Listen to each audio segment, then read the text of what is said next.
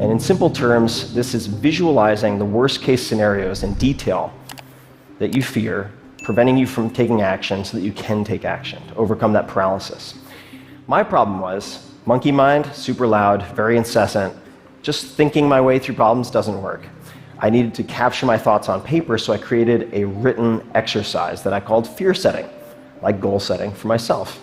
And it consists of 3 pages. Super simple. The first page is right here. What if I ... question mark. This is whatever you fear, whatever is causing you anxiety, whatever you're putting off. Could be asking someone out, ending a relationship, asking for a promotion, quitting a job, starting a company, could be anything.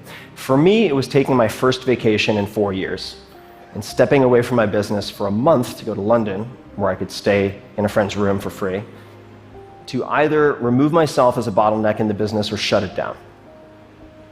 In the first column, define, you're writing down all of the worst things you can imagine happening if you take that step. And you want 10 to 20. I'm not going to go through all of them, but I'll give you 2 examples.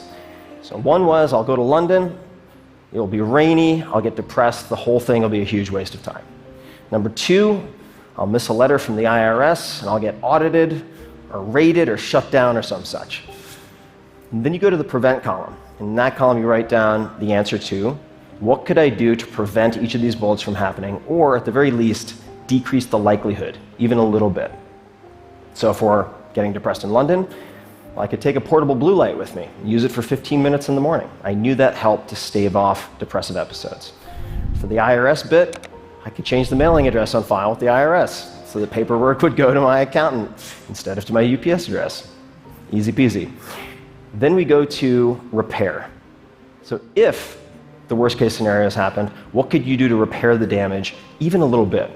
Or who could you ask for help? So in the first case, London, well, I could fork over some money, fly to Spain, get some sun, undo the damage, if I got into a funk.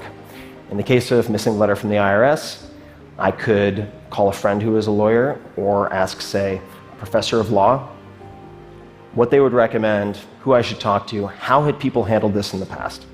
So one question to keep in mind as you're doing this first page is, has anyone else in the history of time, less intelligent or less driven, figured this out?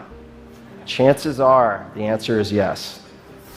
The second page is simple.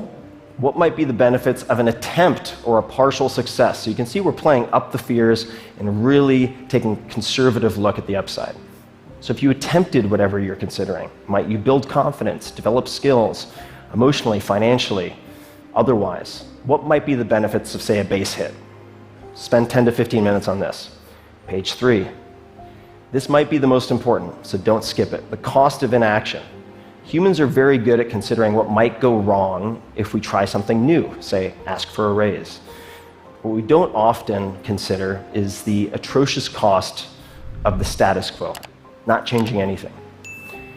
So you should ask yourself, if I avoid this action or decision, and actions and decisions like it, what might my life look like in, say, 6 months, 12 months, 3 years? Any further out, it starts to seem intangible. And really get detailed. Again, emotionally, financially, physically, whatever. And when I did this, it painted a terrifying picture. I was self-medicating.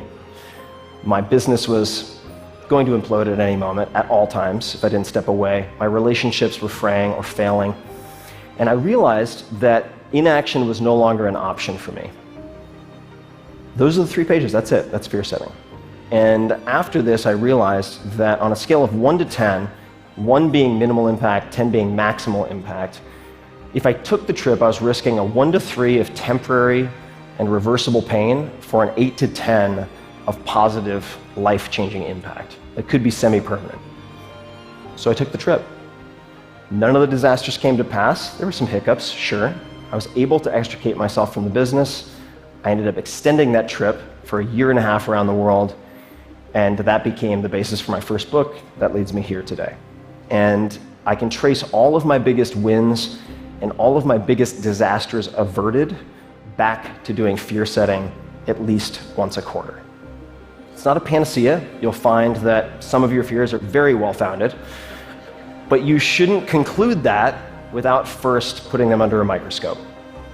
And it doesn't make all the hard times, the hard choices easy, but it can make a lot of them easier.